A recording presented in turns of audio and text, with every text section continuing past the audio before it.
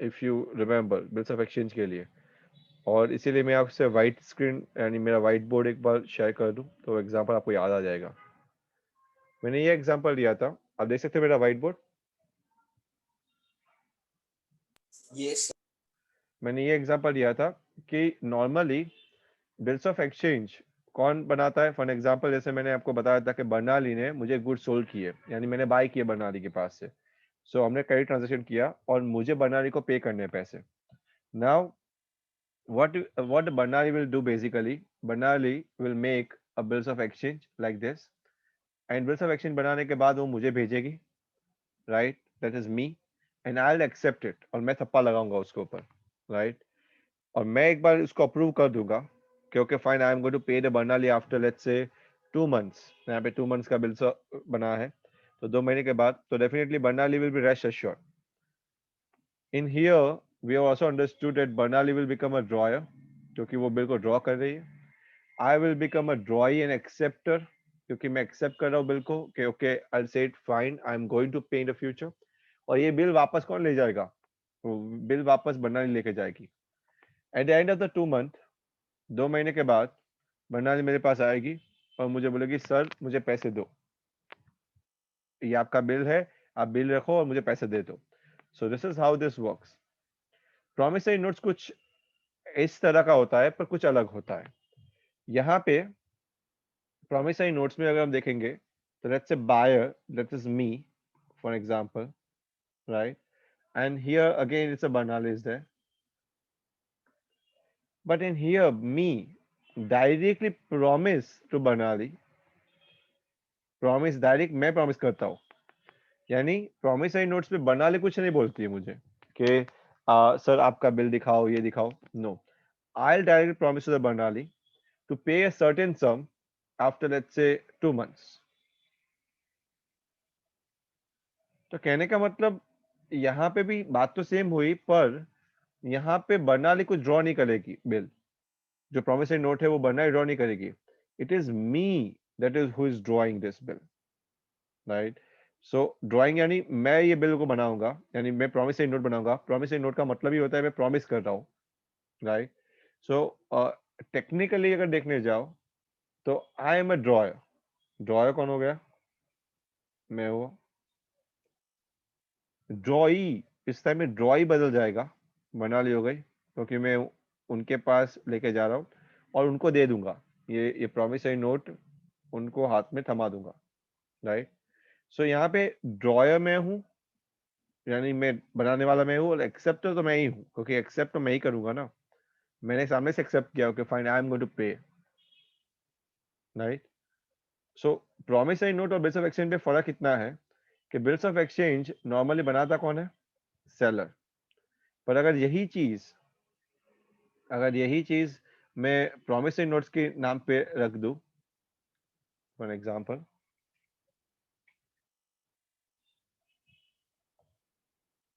Right? Just a minute.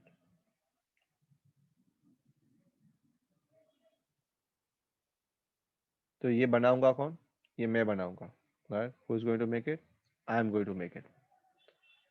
So this will not be called a bill, but this will be called, इसको हम क्या बोलेंगे? इसको हम बिल नहीं बोलूंगा मैं उसको, पर इसको मैं प्रॉमिसरी नोट बोलूंगा,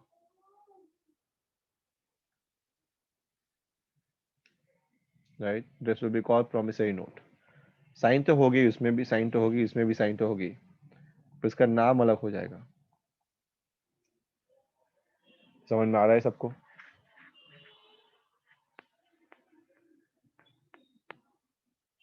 यस और नो? यहाँ पे भी दो पार्टी है। अगेन उसको समझने की कोशिश करो वापस। यहाँ पे क्या हो रहा है? अगेन यहाँ पे बर्नाली सेलर थी और बर्नाली ने गुड्स बेचा, मैंने बाई किया। यहाँ पे भी सेम ही चीज है, पर बर्नाली को डाउट था मुझ पे और इसीलिए बर्नाली ने बिल को ड्रॉ किया। यानी यहाँ पे ड्रॉयर कौन थी? बर्नाली थी, राइट? जबकि ड्रॉई कौन था? मैं, बायर। यहाँ पे ड्रॉयर मैं हूँ, यानी मैं लिख रहा हूँ, जो लिखेगा वो ड्रॉयर बनेगा, याद रखो इतना, राइट? प्रॉमिसरी नोट के अंदर जो लिखेगा वो ड्रॉयर बनेगा। मैं उसको शॉर्ट में PN लिख रहा हूँ, प्रॉमिसरी नोट को। So if I have wrote it, so I am going to become a drawer. जो भी लिखेगा, ये समझ में आ रहा है आपको?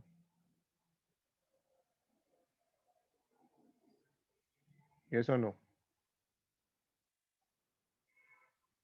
Hello? Yes, Yes, sir. sir. Okay, so I am become a drawer. और किसको लेके जा रहा हूँ? ये लेके किसके पास जा रहा हूँ? मैं मेरे सेलर के पास से लेके जा रहा हूँ, राइट? ये मेरे एग्जांपल में बर्नाली है, तो definitely Barnali will become a ड्रॉई। पर एक्सेप्ट तो मैं ही रहूंगा, क्योंकि बिल को एक्सेप्ट को कौन कर रहा हूँ? मैं ही कर रहा हूँ ना पेमेंट करने का। तो फ्यूचर में मुझे ही पेमेंट करना है, so I have promised it, right? So in any case I need to pay the amount because I promised it. I hope you are getting this. So let me get back to again the textbook and let's understand. थोड़ा clear understand करते हैं promissory note है क्या। सब same है, उसकी definition exact same to same है, a little bit difference है, थोड़ा डिफरेंस है, right? A promissory note is an instrument in writing, right? वो बैंक नोट नहीं होना चाहिए, करेंसी नोट नहीं होना चाहिए। Containing an unconditional order, same है। देखो अगर डेफिनेशन देखो पूरी सेम है। To pay a certain sum of money only to or to the order of a certain person or to the bearer of the instrument. Exactly section 4 of negotiable instrument act में भी same definition लिखी है। यहाँ पे even आप features भी देखोगे तो ऑलमोस्ट सेम है। अनकंडीशनल अंडरटेकिंग है, साइन बाय द मेकर, यानी यहाँ पे मेकर मैं हूँ। उसमें मेकर कौन था? बर्नाली थी। It specify the name of the पेई, पेई यानी जिसको पैसा मिलेगा। जैसे कि मैं अगर बर्नाली को दे रहा हूँ तो मैं मुझे उसका नाम लिखना पड़ेगा, क्योंकि किसको पैसा दूंगा मैं। स्पेसिफाइड अमाउंट पेएबल, कितना पैसा दूंगा और कितने कब दूंगा, डेट भी लिखनी पड़ेगी मुझे। पर यहाँ पे पार्टी समझना है। यहाँ पे मेकर कौन है? मैं हूं, और इसीलिए I am the dryer. Maker is a person who makes the promise, यानी मैंने प्रॉमिस किया है ना उसको पे करने का, सामने से प्रॉमिस कर रहा हूँ, राइट? इसीलिए इसको प्रॉमिस नोट बोला जाता है। तो मेकर इज मी, जबकि यहाँ पे दूसरी पार्टी को पेई बोलते हैं। पेई कौन है? देखो, पे और यानी जो इनिशिएट करता है, और ई यानी जिसको मिलता है। तो पेयर मैं हूं, पर पेई कौन होगा? जिसको पेमेंट मिलेगा, यानी पेई बर्नाली होगी यहाँ पे, राइट? प्रॉमिसरी नोट का फॉर्मेट भी सेम जैसा है, थोड़ा सा अंतर ये है कि यहाँ पे ये लिखा जाता है कि 3 months after the date we promise to pay. यहाँ पे द वर्ड क्या यूज होता है कि मैं प्रॉमिस करता हूँ कि मैं इनको पे करूंगा, राइट? जैसे कि यहाँ पे मैं वी प्रॉमिस टू पे Mrs Tara Chand and company और ऑर्डर सम, कुछ पे करूंगा, और राज एंड पॉल यहाँ पे प्रॉमिस कर रहे हैं। समझ में आ रहा है? समझते दोनों के बीच में बेसिक डिफरेंस समझते पहले वेरी क्विकली। ड्रॉयर, यहाँ पे ड्रॉयर कौन है? The creditor is the dryer. जो क्रेडिटर है वो ड्रॉयर है। क्रेडिटर यानी कौन? Who is the creditor? Creditor यानी जिसको पैसा लेना होता है ना, राइट? क्योंकि क्रेडिटर के डेटर होते हैं और डेटर के क्रेडिटर होते हैं। तो क्रेडिटर यानी जिसको पैसा हमको देना होता है, यानी जो लेने वाला है, जो बंदा लेने वाला है वो ड्रॉयर है। यानी वहां पे बर्नरली ड्रॉयर थी। अगर मैं वापस वो पार्टी से दिखा दूं यहाँ पे, तो this is me and this is Barnali, and let's say Barnali has sold the goods to me. So for Barnali I am who? मैं कौन हूँ? मैं डेटर हूँ। And for me Barnali is who? Creditor. ये समझ में आ रहा है सबको? बर्नाली क्रेडिटर है and I am a Yes, debtor. sir. So bills of exchange में ड्रॉ कौन करता था? Creditor, Barnali, right? So creditor is a dryer. यहाँ पे ड्रॉ कौन करेगा? I am drawing it, so debtor is a dryer. Bills of exchange एक तरह का ऑर्डर था पे करने के लिए पैसा, जबकि promissory note is a promise है, सामने से प्रॉमिस किया जा रहा है, okay I am going to pay this certain amount to a certain person, right? So this is an order to pay, this is a promise to pay. Acceptance? Bills of exchange में acceptance है, क्योंकि बर्नाली मुझे भेजेगी, मुझे accept करना पड़ेगा और मैं वापस लौटाऊंगा बर्नाली को। सो एक्सेप्टेंस चाहिए, क्योंकि बनाने वाला अलग है बिल और एक्सेप्ट करने वाला अलग है। यहाँ पे एक्सेप्टेंस नहीं चाहिए, क्योंकि मैं सामने से ही तो प्रॉमिस कर रहा हूँ भाई, मैं बनाने को बोल रहा हूँ, सामने से ही बोल रहा हूँ कि मैं दे दूंगा आपको पैसा, लिख के दे रहा हूँ मैं आपको। सो यहाँ पे एक्सेप्टेंस की जरूरत नहीं है। यहाँ पे एक्चुअली 3 पार्टी होती है, ड्रॉयर, ड्रॉई एंड पे। यानी ऐसा भी हो सकता है कि बनाली ने ड्रॉ किया बिल, वो मेरे पास लेके आई, राइट, तो मैं ड्रॉई हुआ, और या फिर मैं एक्सेप्टर हुआ, ड्रॉई। और उसके बाद ऐसा हो सकता है ये बनाली के पास बिल तो मैं भेज तो दूं, और बनाली किसी तीसरे आदमी को दे दे, लेट्स से मैं बोल दूं यश को दे दे बनाली। तो यश 2 महीने के बाद मेरे पास आएगा, सर वो पैसा दो मुझे वापस, बनाली का बिल है मेरे पास। Now if this happens, then Yash will be called payee. Yash को कौन बोला जाएगा? पेई। क्यों? क्योंकि मुझे यश को पे करना है। See, जो भी बिल लेके आएगा, मैंने पहले भी समझाया था आपको नेगोशिएबल इंस्ट्रूमेंट एक्ट में, कि whoever will bring the bill I need to pay to them। तो यहाँ पे पे ही एक थर्ड पार्टी हो सकती है, कहने का मतलब। जबकि यहाँ पे तो 2 ही पार्टी हो सकती है, क्योंकि अगर मैं प्रॉमिस करता हूँ किसको पे करने के लिए, जैसे मैंने बर्नाली को प्रॉमिस किया, तो बर्नाली विल बिकम अ पेई and I will become a promiser. मैं प्रॉमिस कर रहा हूँ, इससे प्रॉमिसर हूँ। समझ में आ रहा है ये पार्टीज वाला फंडा?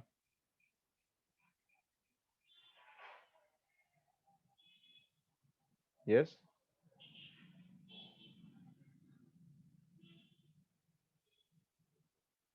समझ में आ रहा है ये?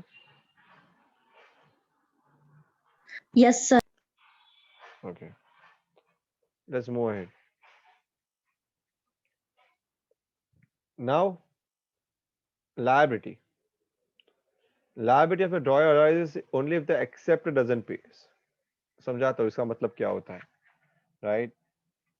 और इसमें प्राइमरी लायबिलिटी प्रॉमिसर की होती है। मैं जाता हूँ वापस व्हाइट बोर्ड पर समझाने के लिए, ये एक्सेप्टर क्या होता है और वो पे कब नहीं करेगा। एग्जाम्पल समझते हैं। नाउ इन हियर द बना इज अ ड्रॉयर, उसने बिल ड्रॉ किया, मुझे भेजा, मैंने एक्सेप्ट किया, तो आई एम एक्सेप्टर, राइट? और लेट्स से ये बिल मैंने वापस दे दिया किसको? I just again give it back to the Banali.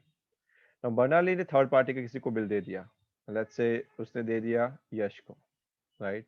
Let's understand Yash is a third party, someone, right? अभी 2 महीने के बाद, after the 2 months completion of the 2 day, और ये मैं हटा देता हूँ यहाँ पे 2 मिनट के लिए, Yash will come to me, right? अभी क्या होगा, 2 महीने के बाद कौन आएगा मेरे पास पैसे मांगने के लिए? यश आएगा, and he ask me, sir पैसा दो। अगर मैं पैसा ना पे करूँ, if I am not going to pay the money, मैं यश को या फिर मेरे पास पैसा नहीं होते उस टाइम पे, तो उसको हम बिल डिसऑनर्ड बोलते थे, कि बिल डिसऑनर्ड हो गया। तो यश क्या करेगा पता है? यश बाद में मुझसे ज्यादा मांगेगा नहीं, यश सीधा जाएगा यहाँ से, अगर उसको नहीं मिला तो वो सीधा जाएगा वापस बनाली के पास, राइट? यानी Yash will go to Banali to ask where is the money, where is my money, क्योंकि एक्चुअली ये बिल से दिखा कितने था? बनाली को। समझ में आ रहा है ये?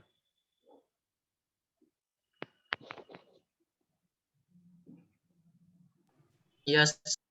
राइट? जबकि यहाँ पे किसकी प्राइमरी लायबिलिटी है? ये तो था बिल्स ऑफ एक्सचेंज पे, पर यहाँ पे प्राइमरी लायबिलिटी किसकी है? मेरी ही है, प्रॉमिस है, क्योंकि मैंने सामने से प्रॉमिस किया है और मैं मुकर नहीं सकता। अगर मैं मुकर जाऊंगा तो मैं कोर्ट ऑफ लॉ में चाहूंगा, सीधा मेरा केस हो जाएगा, दर्ज हो जाएगा कोर्ट में, सीधा मुझे जाना पड़ेगा कोर्ट की हवा खाने। समझ में आ रहा है? तो मैं मुकर नहीं सकता, कहने का मतलब I need to honour the liability, whatever the liability I have said, मैंने प्रॉमिस किया है इसीलिए। So there's a difference between these two. Clear? यहाँ पे अगर एक्सेप्टर पे ना करे तो ड्रॉयर के पास जाता है वापस पैसा, जबकि यहाँ पे सीधा कोर्ट कचहरी, कोर्ट में ही जाता है, सीधा वापस जाते हैं हम बुक की तरफ। Noting and protesting charges. अब ये नोटिंग चार्जेस क्या होता है? अगर डिसऑनर होगा, डिसऑनर यानी अगर मैंने पैसा पे नहीं किया तो मेरा नाम दर्ज हो जाएगा, राइट, किताब में, और मेरा नाम बदनाम हो जाए, कहने का मतलब कि ये बंदे ने पेमेंट नहीं किया, तो नोटिंग होता है उसका। और नोटिंग के भी चार्जेस होते हैं। ये लोग वकीलों के पास जाते हैं और नोटिंग करवा देते हैं। जिसका नाम नोटिंग में चला जाता है ना, उसको कोई बिल नहीं देता बाद में नेक्स्ट टाइम, राइट। और इसीलिए डिसऑनर हो जाता है, तो it is better to get it noted, आपको नोटिंग करवा देना पड़े तो अच्छा है, क्योंकि वरना आपका लॉस आपका होगा। और यहाँ पे नोटिंग नेसेसरी ही है, यहाँ पे तो करवाना ही है, क्योंकि प्रॉमिस किया है ना सामने से। यहाँ पे ऑप्शनल है, बिल्स ऑफ एक्सचेंज में करवाना हो तो करवा सकते हो, नहीं करवाना हो तो भी चलेगा, पर यहाँ पे तो करवाना जरूरी है। कॉपीज, बिल्स ऑफ एक्सचेंज जब होती है उसकी नॉर्मली एक कॉपी बनती है, बट अगर वो फॉरेन बिल है तो उसकी 3 कॉपी बनेगी, राइट। और वो सबके पास रहेगी, ड्रॉयर, ड्रॉई एंड पेई, तीनों के पास। अगर ऐसा ना हो और नॉर्मल जैसे नेशनल बिल हो बिल्स ऑफ एक्सचेंज, तो उसकी एक ही कॉपी बनती है, और वो कौन उसके पास रहती है, बर्नाली, जैसे ड्रॉयर जिसने बनाया है बिल उसके पास ही रहेगी। यहाँ पे वो एक ही कॉपी रहती है, राइट, क्योंकि यहाँ पे तो क्या होता है प्रॉमिसरी नोट्स में, तो सीधा ही जिसने प्रॉमिस किया है वो सीधा दे देता है क्रेडिटर को, सेलर को। स्टैंप जरूरी नहीं है स्टैम्प करना, पर एक्चुअल में अभी सभी बिल्स ऑफ एक्सचेंज स्टैम्प होते ही है, राइट, पर जरूरी नहीं है। यहाँ पे स्टैम्प कुछ भी हो जाए करना ही पड़ेगा, it has to be stamped in any case, कुछ भी हो जाए। क्लियर है ये 8 डिस्टिंक्शन बिल्स ऑफ एक्सचेंज और प्रॉमिसरी नोट्स के बीच के। आपको ज्यादातर जो सम्स आएंगे एग्जाम में वो बिल्स ऑफ एक्सचेंज के आएंगे, प्रॉमिसरी नोट्स के नहीं आएंगे, और फिर भी समझना जरूरी है दोनों क्या है अंतर।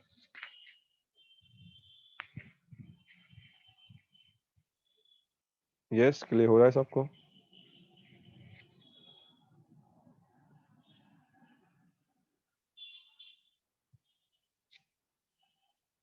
सो गए क्या? Hello? Yes. Okay fine, let's move on. यहाँ पे है ड्रॉयर, ड्रॉई एंड पेई। बिल्स ऑफ एक्सचेंज में 3 मेन पार्टीज हैं। ड्रॉयर यानी जो बिल हु मेक्स और राइट्स द बिल, अगेन मैं रिपीट कर रहा हूँ, राइट। ड्रॉई जिसके नाम पे बिल ड्रॉन किया गया है, on whom the bill is drawn, और ड्रॉई है। And payee to whom the amount is payable, जिनको अमाउंट पे करना है। ये तीनों पार्टी अलग हो सकती है। मैं ये बता दूं आपको कि ड्रॉई एंड पेई can be the same party, ये दोनों पार्टी सेम हो सकती है, राइट। पर आइडल केस में जैसे मैंने बोला कि अगर यश पेई है, यानी यश को मुझे पैसा देना है, तो यश विल बी पेई। इसमें ड्रॉई मैं होऊंगा, आई एम द ड्रॉई, एंड जो बना रहा है bill, Barnali, right, will be the dryer. The drawer, draw and pay can be the 3 different parties. Term of the bill क्या होता है? टर्म ऑफ द बिल यानी जितने टाइम के लिए बनाया जाता है, 2 महीने के लिए, 3 महीने के लिए, जितने भी टाइम के लिए बनाया जाता है उसको टर्म ऑफ द बिल बोलते हैं, राइट। तो यहाँ पे लिखा है period intervening between the date on which the bill is drawn and on which it becomes due, उसको हम टर्म ऑफ बिल बोलते हैं। टर्म बिल स्टार्ट कब होता है? जैसे ही हमने बिल को देखा और एक्सेप्ट किया, राइट। फ्रॉम द, यहाँ पे लिखा है from the date of sighting, that is when the bill is accepted. Sighting यानी देखने के बाद आपने साइन किया, right, this is some of date बन जाता है। ड्यू डेट, ड्यू डेट यानी वो डेट जहाँ पे आपका बिल पेमेंट के लिए रेडी हो जाता है, ड्यू हो जाता है। जैसे कि मैंने 1 जनवरी को एक बिल बनाया 3 मंथ्स के लिए, तो 1 जनवरी से 1 फरवरी, 1 फरवरी से 1 मार्च, और 1 मार्च से 1 अप्रैल, तो मेरा ड्यू कब होगा? 1 अप्रैल को, राइट। तो that is called due date. उसके बाद भी काफी टाइम क्या होता है कि ड्यू डेट के टाइम पे पैसा लेने जाओ तो पैसा होता नहीं है लोगों के पास, तो बिजनेस में उसको डेज ऑफ ग्रेस दिए जाते हैं, कुछ एक्स्ट्रा दिन दिए जाते हैं कि आप पैसा अगर ना हो तो आप दे दो, right. This is what we called as a days of grace. और वो डेज ऑफ ग्रेस यानी क्या होता है? There are 3 extra days add किया जाता है to the period of the bill, right. 3 extra days will be added to the period of the bill. This is nothing but the days of grace. समझ में आ रहा है सबको?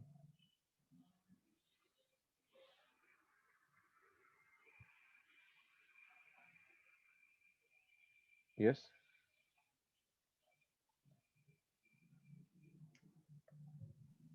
Yes, sir. Okay.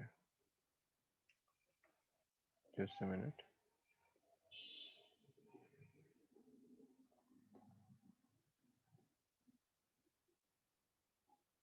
Fine. Let's move ahead. यहाँ पे एक अच्छे से एग्जांपल समझाया. Suppose a bill is drawn on 8th March. 8 मार्च को बिल ड्रॉन हुआ और पेबल है 3 मंथ्स में. तो 8 मार्च से 8 अप्रैल पहला महीना, 8 अप्रैल से 8 मई दूसरा महीना और 8 मई से 8 जून तीसरा महीना. तो ये तीसरा मंथ कब एंड होगा? तो बोल रहे हैं यहाँ पे वो लोग क्लियर कट मेंशन कर रहे हैं कि 8 जून को. और उसमें भी 3 डेज ग्रेस का अगर लगा दो तो 11 जून. ये समझ में आ रहा है यहाँ तक? Right. Now if the due date falls on public holiday, अगर ये 11 जून अगर पब्लिक हॉलीडे हुई, राइट, तो उसके पहले का वर्किंग डे दिया जाएगा, यानी 10वीं जून को दिया जाएगा preceding working day. Working day यानी सोम से शनि. इंडिया में वर्किंग डे 6 है, मंडे से सैटरडे. फॉरेन में जाओगे यूएस में तो 5 ही working day, Monday to Friday, Saturday Sunday weekend होता है. राइट. तो प्रीसीडिंग वर्किंग डे को लिया जाएगा. A bill due on 2nd October will be payable on 1st October. Right? The last day of the grace is a bank holiday or Sunday, and the second day of grace is also a holiday. The bills is payable the next succeeding business day. अगर ये second दिन अक्टूबर को छुट्टी हुई, उसके बाद 1st अक्टूबर को भी छुट्टी हुई, तो ये बिल 3rd अक्टूबर को पे किया जाएगा. समझ में आ रहा है? राइट. तो डेज ऑफ ग्रेस यानी वो बिजनेस के एथिक्स है कि अगर किसी के पास पैसा ना हो तो 3 दिन आपको मोहलत देनी है. Right. Just give the grace. Grace यानी थैंकफुल के लिए आपको थोड़ा टाइम देना है उनको पैसे चुकाने के लिए. समझ में आ रहा है? यस, सबको ग्रेस का समझ में आया क्योंकि ये सब में शायद आ सकता है. Hello. Yeah. The date which comes after adding the 3 days is a due date, और इसीलिए उसको date of maturity. So due date is the date at which your bill is due. पर अगर उसके अंदर आप 3 दिन को जोड़ दो, राइट, तो वो क्या बन जाएगा? It will be called date of maturity. अभी उससे ज्यादा तो दिन आपको नहीं मिलेंगे बिल को चुकाने के लिए. Date of maturity final date where you have to pay anyhow. Right. Maturity date को कैलकुलेट करने के लिए, due date of maturity date को कैलकुलेट करने के लिए आपको कुछ कुछ चीजों का ध्यान रखना पड़ेगा. Point number 1, days of grace are not allowed when the bill is payable on demand और एट साइट. अगर ऑन डिमांड बिल है आपका कोई भी डिमांड, राइट, यानी उसमें स्टिपुलेटेड टाइम नहीं है, ऑन डिमांड आपको पे करना है, तो उसमें डेज ऑफ ग्रेस अलाउड नहीं हुआ. राइट. ये पॉइंट्स को याद रखिएगा. Number 1. Number 2, when the period of the bill is stated in the days of calculation of the maturity days will be in days, which includes the days of payment but exclude the date of transaction. Right. However, 3 days of grace are added. क्या बोल रहे हैं कि अगर आप month wise नहीं देख रहे हो और डेज को कैलकुलेट कर रहे हो मैच्योरिटी को लाने के लिए, मैच्योरिटी की डेट को लाने के लिए, तो उस टाइम पे डेट ऑफ पेमेंट इंक्लूड होगा, बट उसमें डेट ऑफ ट्रांजेक्शन एक्सक्लूड हो जाएगा. डेट ऑफ ट्रांजेक्शन नहीं आएगा कोई भी तरह का. राइट. यानी कहने का मतलब फॉर एग्जांपल 1 जनवरी से मैं ऐसा बोलूं कि मुझे 40 दिन में बिल पेमेंट करना है, तो कब आता है 40 दिन? 10वीं फरवरी को आता है. राइट. तो 10वीं फरवरी को अगर 40 दिन बैठा है तो उसमें मेरा फर्स्ट पहला दिन निकल जाएगा. राइट. 40 दिन को कैलकुलेट करने के लिए उसके बाद भी मुझे 3 दिन और देना है ग्रेस के, यानी एक्चुअली मेरी इफेक्टिव डेट होगी 14 फरवरी, क्योंकि पहला दिन तो निकल जाएगा जिस दिन को मैंने बिल दिया, तो मुझे 2 जनवरी से गिनना पड़ेगा. 2 जनवरी से 10 फरवरी तक तो 39 डेज हो गए. तो 11 फरवरी को मेरा 40 दिन खत्म होगा, और उसमें भी अगर मैं 3 डेज ग्रेस का गिनूं तो 14 फरवरी को मुझे क्या बोलते हैं मैच्योरिटी डेट मिलेगा. जैसे यहाँ पे लिखा है 60 डेज आफ्टर द डेट 1 जनवरी 2018 है, तो मैच्योर डेट कब होगी उसकी? 60 डेज कब आएगा? तो 5 मार्च को आएंगे. राइट. 30 दिन जनवरी का, देखो जनवरी का एक दिन नहीं गिना है, यहाँ पे देख ले आप, फर्स्ट दिन नहीं गिना है, एक्चुअली 31 डेज होते हैं ना जनवरी में। 28 दिन फरवरी के, 2 दिन मार्च के, यानी 30 प्लस 28 प्लस 2 यानी 60 हो गए, plus 3 days of grace, that is 5th मार्च आता है। समझ में आ रहा है ये कैलकुलेशन सबको? बहुत इंपॉर्टेंट कैलकुलेशन है ये।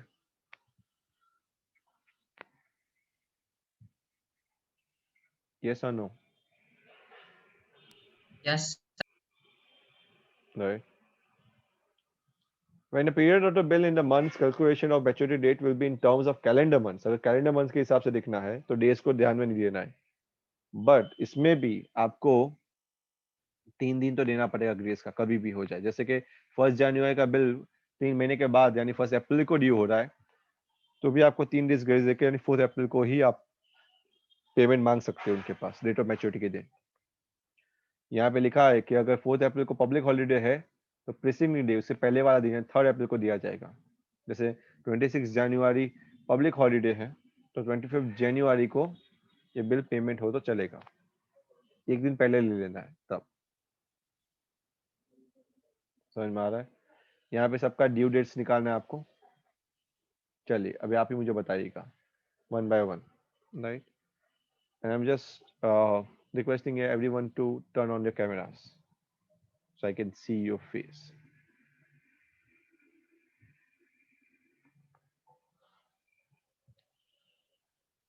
Fast, fast, very quick. नींद में हो? Turn on your cameras fast.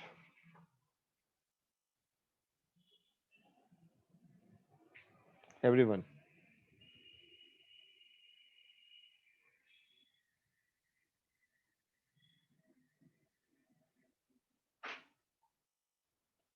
Okay. Vibhuti, turn on your camera, beta. Hetvi, Sony, Ketan, Vinit.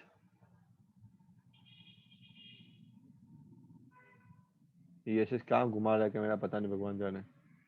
उल्टा क्यों बैठा है तू? कैमरा सीधा कर थोड़ा।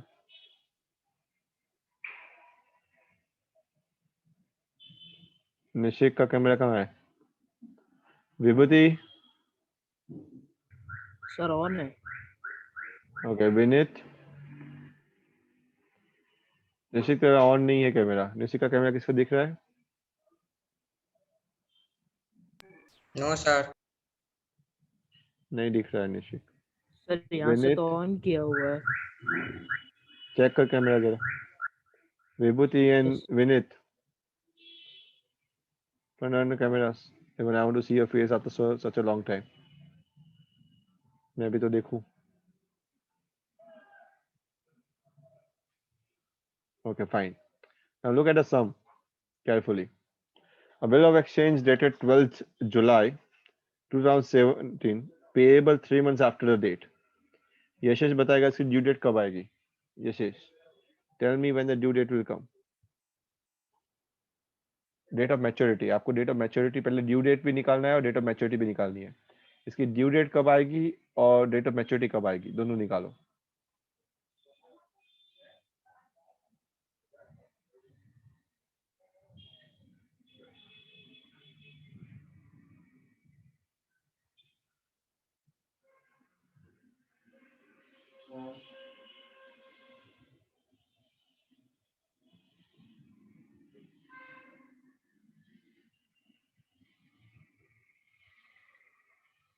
यस बेटा।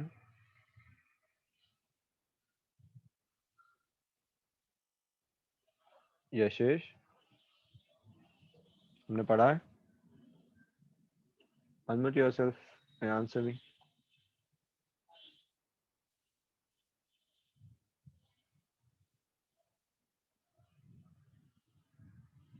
क्या करेंगे ड्यू डेट निकालने के लिए? अभी हमने पढ़ा कि नहीं पढ़ा? इससे सोच ही रहा है अभी तक। चलो कौन बताएगा मुझे? बर्नाली बताए हुए आप?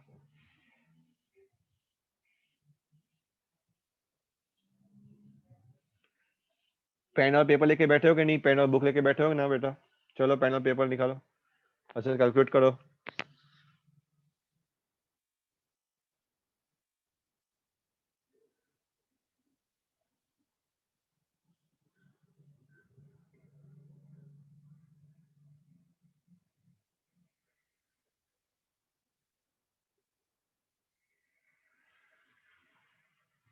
कौन बताएगा मुझे? Raise your hand if you know the answer. Fast calculate करो। I want the answers from everyone.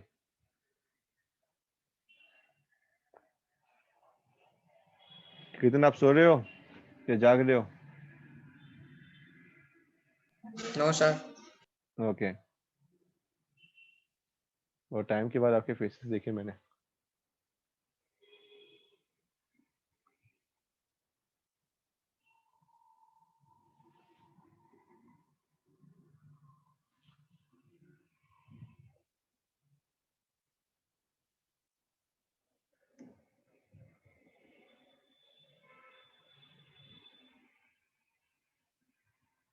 यश का कैमरा कहाँ पे? लाइट नहीं है घर पे क्या यश? पीछे बैकग्राउंड की लाइट आ रही है ज्यादा, आपके मुंह पे लाइट जरा भी नहीं आ रही है। उल्टा बैठ जाओ, विंडो की तरफ घूम जाओ। यस विभूति बताइए बेटा। Sir, due date is 12th October. 12 जुलाई से 12 अगस्त, 12 अगस्त 3 से months. 12 सितंबर, 12 सितंबर से 12 अक्टूबर। October. और डेट ऑफ मैच्योरिटी क्या आएगी? Sorry, 15th October. डेफिनेटली 15 अक्टूबर। 3 दिन ग्रेस का देना है ना, मैंने बोला ना जैसे कि मैच्योरिटी डालते वक्त 3 डेज ग्रेस का दीजिए। चलिए सेकंड, प्रॉमिसरी नोट डेटेड 31 मार्च 2017 पेएबल 90 डेज आफ्टर। 90 दिन के बाद पेमेंट किया जा रहा है। तो अभी मुझे बताओ, दिन गिनना है अभी यहाँ पे। आपको पता है मार्च में कितने दिन होते हैं, अप्रैल में कितने दिन होते हैं? अगर किसी को नहीं पता है तो मैं दिखा देता हूँ आपको। मैं मेरा वीडियो ओपन कर रहा हूँ, राइट। 2 मिनट मुझे देखो। दिख रहा है मेरा फेस आपको, राइट? ये पता है आपका मुट्ठी होती है, राइट? ये आपको आता है जनवरी, फरवरी, मार्च, यस अप्रैल, सर। मई, जून, जुलाई। जुलाई यहाँ पे खत्म होता है। बाद में आता है अगस्त, यानी जो ऊपर की बाजू है वो जनवरी 31, फरवरी यानी कम महीने 28, मार्च यानी 31, अप्रैल यानी 30, जून यानी वापस 31, राइट? तो नहीं, जनवरी फरवरी मार्च अप्रैल मई जून यानी 30, जुलाई यानी 31, अगस्त यानी 31, सितंबर 30, अक्टूबर 31, नवंबर 30 और दिसंबर 31। वैसे क्लियर है? तो उस हिसाब से अगर आपको याद नहीं थे तो कैलकुलेशन उस हिसाब से करना है।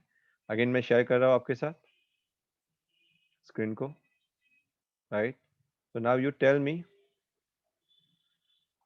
यश, 90 डेज कब ओवर होते हैं? कैलकुलेट करो चलो बेटा। When the 90 days gets over.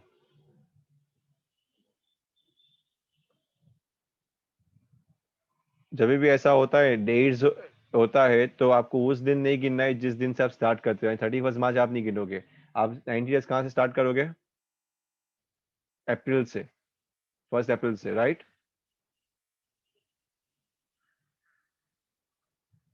चलो यश बताओ।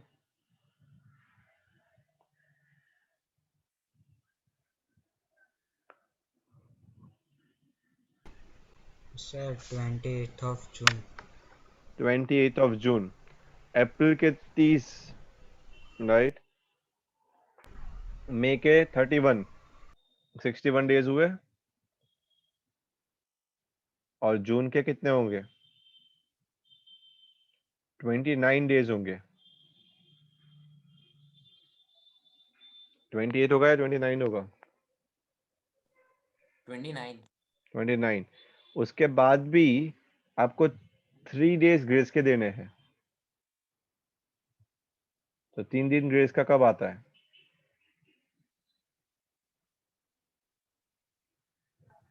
1st June. 29 जून में, जनवरी फरवरी मार्च अप्रैल मई जून, जून के 2nd July. 30, 2 जुलाई को आता है,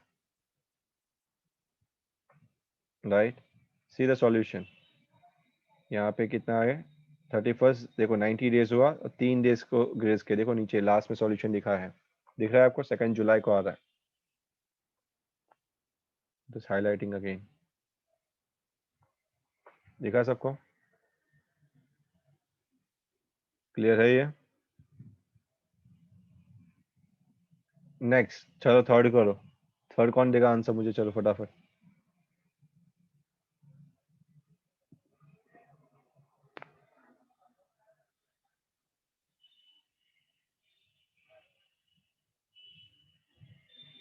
थर्ड मुझे देगा, बर्नाली देगी। चलो थर्ड।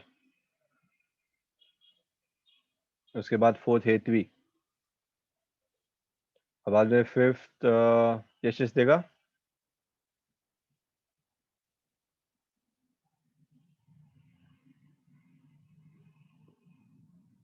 चलो बर्नाली फटाफट, थर्ड कब आएगा? Bills of exchange dated 5 August 2017, payable 60 days after site, यानी 5 अगस्त का दिन नहीं गिना है, 6 अगस्त से, यानी नहीं, एक्सेप्टेंस, सॉरी एक्सेप्टेंस हुआ 10 अगस्त से, सॉरी माय मिस्टेक, 10 अगस्त के बाद गिनना है, जिस दिन से एक्सेप्ट हुआ उस दिन से गिनना है, राइट? तो 10 अगस्त को छोड़ दो, 11 अगस्त से करना चालू करो, 60 दिन।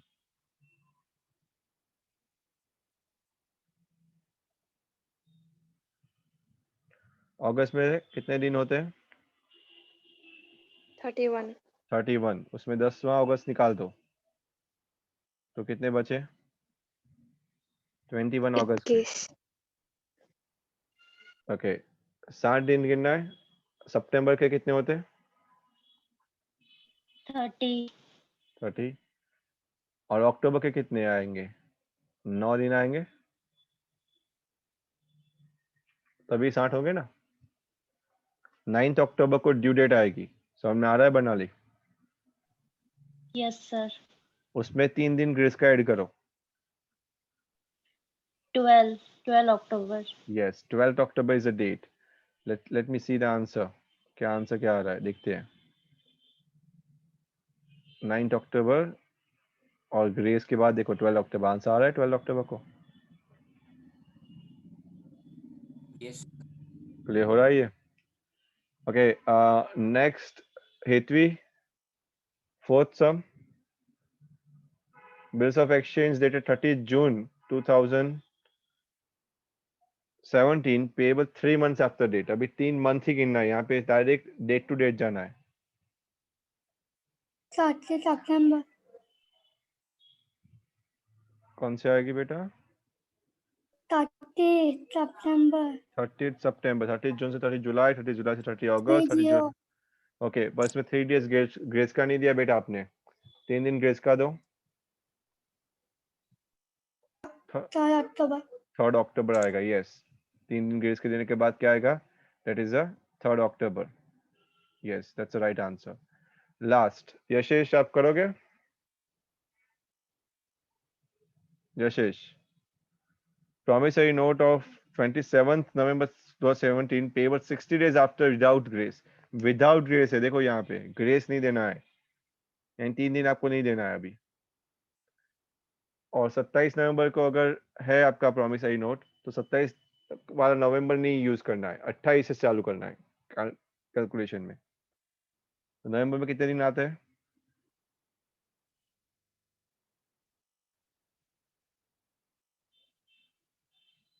यस, 31. 30. 30 आते हैं। 28, 29, 30, यानी नवंबर के कितने दिन? 3 दिन, राइट? यशेष, दिसंबर के 3 दिन, नवंबर के, दिसंबर के कितने दिन होते हैं यशेष? सर 31। 31, कितने हुए टोटल? हमको 60 डेज तक जाना है, 34 डेज हुए। और कितने दिन बाकी है अभी? 26, 26। 26 जनवरी को आएगा। पर यहाँ पे एक पेचीदा बात क्या पता है? 26 जनवरी को क्या होता है? रिपब्लिक डे होता है हर साल। ये बोलेगा नहीं कोई, आपको याद रखना है। इसमें पेचीदा पार्ट ये भी है कि अकाउंट्स में आपको सोशल स्टडीज याद रखना है कि 26 जनवरी को रिपब्लिक डे है, तो हॉलीडे होगी, तो पेमेंट कब हो पाएगा? 25th. 25 को, समझ में आया? एक दिन पहले, देखो यहाँ पे आता है, यहाँ पे लिखा है ना लास्ट में, सिंस 26 जनवरी पब्लिक हॉलीडे है, हमको पेमेंट कब करना है? 25 को। क्लियर हो रहा है? Yes, sir. ऐसा पेचीदा आपको पूछ सकते हैं, तो आपको ध्यान रखना है थोड़ा। डेज कैलकुलेशन को मास्टरी ले लो थोड़ा, क्योंकि काफी टाइम सम्स में डेज कैलकुलेशन का आता है। आगे बिल एट साइट और ऑन डिमांड क्या होता है? राइट, जब ऑन साइट या डिमांड यानी जब भी मंगवाए तभी भी आप पे करना होता है, तो ऑन साइट और डिमांड बोलते हैं। अब ये डिस्काउंटिंग और एंडोर्समेंट मैं आज नहीं समझाने वाला, ये सब कुछ हम कल समझाऊंगा मैं। आज के दिन के लिए आपने जो डेज का कैलकुलेशन आपने जो समझा वही इनफ है, राइट। कल से मैं कोई भी और अकाउंटिंग नहीं करूंगा, सीधा हम जाएंगे जर्नल एंट्री की तरफ, राइट। और ये बुक को मैं रिफर नहीं करने वाला हूँ, मैं टेक्स्ट बुक को रिफर करके जाऊंगा। तो आज मैंने जितना समझाया उसको ये लेक्चर में गो थ्रू कर दो एक बार। अभी कोई होमवर्क नहीं है आपका, जो पिछला होमवर्क है वही आपको कंप्लीट करना है अभी। क्लियर है? तो कंप्लीट दैट पार्ट और इसको गो थ्रू करो। कल से जर्नल एंट्री स्टार्ट हो रही है, और उसके पहले आपके जितने भी कंसेप्ट में जितने भी लूप होल्स है वो क्लियर आउट कर दो, क्योंकि अगर कंसेप्ट में लूप होल्स रहेंगे तो आपको मजा नहीं आएगी जर्नल एंट्रीज के टाइम पे, क्योंकि जर्नल एंट्रीज एकदम अंडरस्टैंडिंग वे में जाएगी और बहुत सारे जर्नल एंट्रीज है, पर आप काउंट करके मत देखना, जर्नल एंट्रीज को समझ के करना। तो इट इज वेरी इजी, पूरी जर्नल एंट्रीज बहुत ही ईजी है। अगर आप रट्टा मारने की कोशिश करोगे जर्नल एंट्रीज को तो नहीं आएगा। Are you getting it? समझ में आ रहा है मैं क्या बोल रहा हूँ? तो आज इसको गो थ्रू करो अच्छे से, Yes, sir. समझ लो। Tomorrow will go with the journal entries. That's it for today बेटा, and complete the previous homework, जिसका भी बाकी है खत्म कर देना। Thank you and have a great day. Tomorrow we'll meet again, and definitely tomorrow, from tomorrow I'm going to give you sums, start giving the sums. Bye, take care.